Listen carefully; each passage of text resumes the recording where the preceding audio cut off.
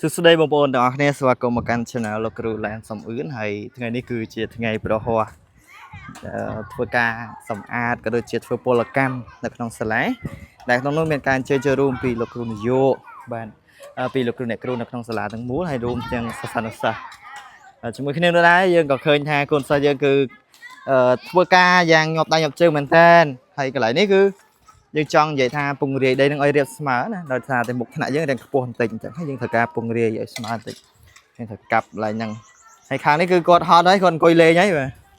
អង្គុយលេងសម្បីតែបេយើងមើលបេក្រក់ច្រកដីនេះបេអត់មានក្រហមបន្តិចផងដឹងតែអត់បានប៉ះដីហើយបើខាងនេះគឺហត់ណាគ្នានេះតែមើលហត់ជាងគេអញ្ចឹងយើងធ្វើអញ្ចឹងទៅដើម្បីសម្អាតទីធ្លាសាលាផងក៏ដូចជាធ្វើឲ្យសាលាមានដាប់ធ្នាប់មាន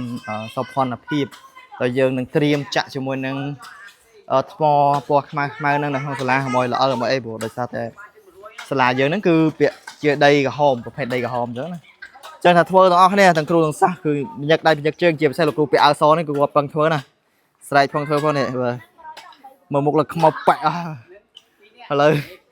ឡូវបាត់លោកគ្រូនយោនៅម្លំនេះបាត់គាត់ចេញណាឥឡូវនេះឥឡូវអ្នកគ្រូគាត់ថាមើលមុខគាត់ច្បាស់សោះអូខេគ្រូខ្វះខ្វែងលៀងប្រគុណផងអីផងយើងធ្វើ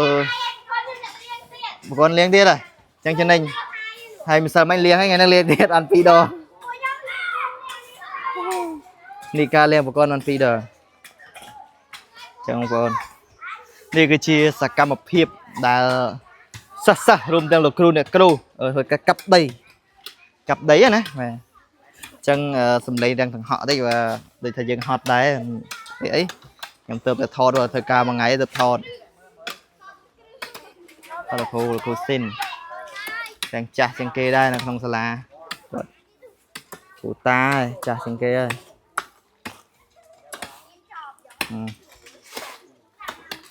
កាប់អត់ក្តៅទេឈរអញ្ចឹងអត់ក្តៅទេមកឈរម្លប់ឈរមើលតើទៅឈរម្លប់គាត់បានច្រើនផងហើយម្ចាស់សំលេងគៀវកាយអ្មិចកាយគៀវ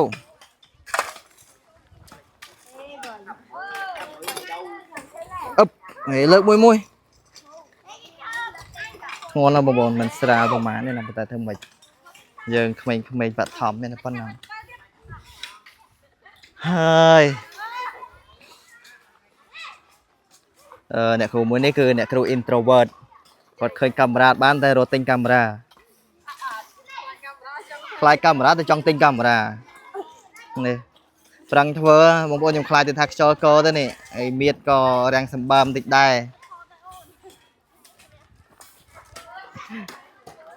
កុំឈរមុខចប់អ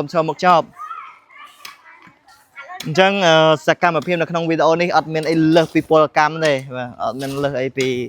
ការកាប់ដីការលើកដីហ្នឹងទេតែវាមិនធ្ងន់អីណាស់ទេសម្រាប់ពួកគាត់ប្រពន្ធនេះគឺអាចធ្វើបានតិចទៅតាមកម្លាំងគាត់ណារួមជាមួយគ្រូចង់ធ្លាក់អណ្ដាតវាមិនធ្ងន់ធ្ងរទេណាយើងណាអញ្ចឹងស្អែកអត់មកមើលមុខឲ្យហើយស្រួលដកបន្ទុរៀនផ្សេងពលកម្មផ្សេងណាអរគុណច្រើនសម្រាប់ការទស្សនានៅវីដេអូមួយនេះអញ្ចឹងសូមបញ្ចប់ប៉ុណ្ណឹងបើតែមុននឹងបញ្ចប់បងប្អូនកុំភ្លេចចុច Subscribe Channel របស់ខ្ញុំបាទមួយម្នាក់ផងដើម្បីបានទស្សនាវីដេអូពីសកម្មភាពផ្សេងដែលខ្ញុំនឹងធ្វើការថត